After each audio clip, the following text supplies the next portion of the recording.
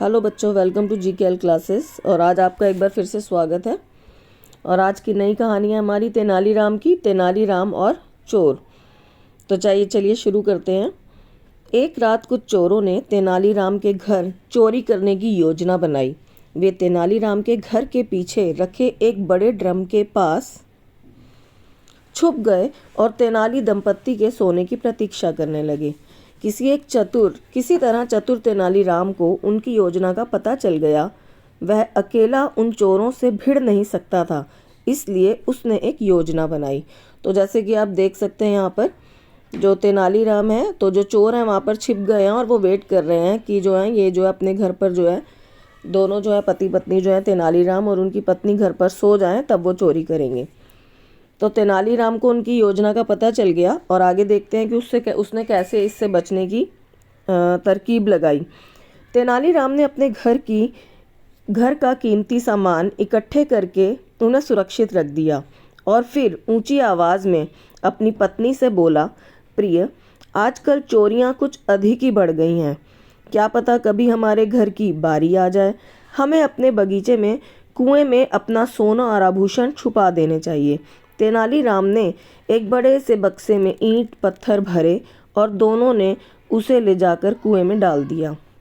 छपाक जोर से आवाज़ आई और बक्सा पानी में डूब गया। अंदर आकर दोनों पति पत्नी चैन की नींद सो गए। चोरों ने तेनालीराम की सारी बातें सुन ली, क्योंकि वो उसके घर के पीछे ही छुपे थे। छपाक की आवाज़ भी सुनी। उन्होंने सोचा कि अब घर में जाने की मुसीबत क्यों उठाई जाए। सारी कीमती चीज़ें तो कुएं में ही हैं, इसलिए वे कुएं के पास आ गए। कुआं बहुत गहरा था और पानी भी बहुत था। चोरों ने सोचा कि अगर नीचे पानी में उतरेंगे तो डूब जाएंगे। दूसरे चोर ने कहा, हम कुएं से पानी बाहर निकाल देते हैं, जिससे हमें माल आसानी से मिल जाएगा। उसकी यह बात उसकी साथी को पसंद आ गई और दोनों मिलकर पानी निकालने लगे। चोर सारी रात कुएं से पानी निकालते रहे। पानी से बगीचे में लगे सभी पौधों की अच्छी सिंचाई हो गई। सुबह हुई। प्रभात की लालिमा आकाश पर छाने लगी थी। तेनालीराम सुबह उठकर बाहर आए तो देखा कि पौधों की अच्छी सिंचाई हो गई है। चोर अपनी पूरी शक्ति से पानी निकालने में लगे हुए हैं। तेनालीराम ने उनसे कहा, बस करो भाई, अच्छी सिंचाई हो गई है।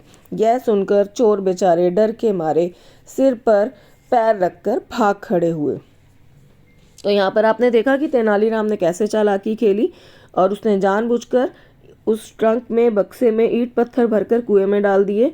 और पूरी रात जो चोर है उन्होंने भी सोचा अब घर के अंदर जाने की तो ज़रूरत नहीं है, क्योंकि जो इतना भी सोना है वो तो तेनालीराम ने कुएं में डाल दिया।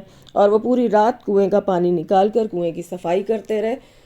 कुएं का पानी निकाल के और तेनालीराम की चोरी से भी बच गया तेनालीराम, और उसके जो बगीचे में जो पौधे थे उनको भी जो अच्छा खासा पानी मिल गया।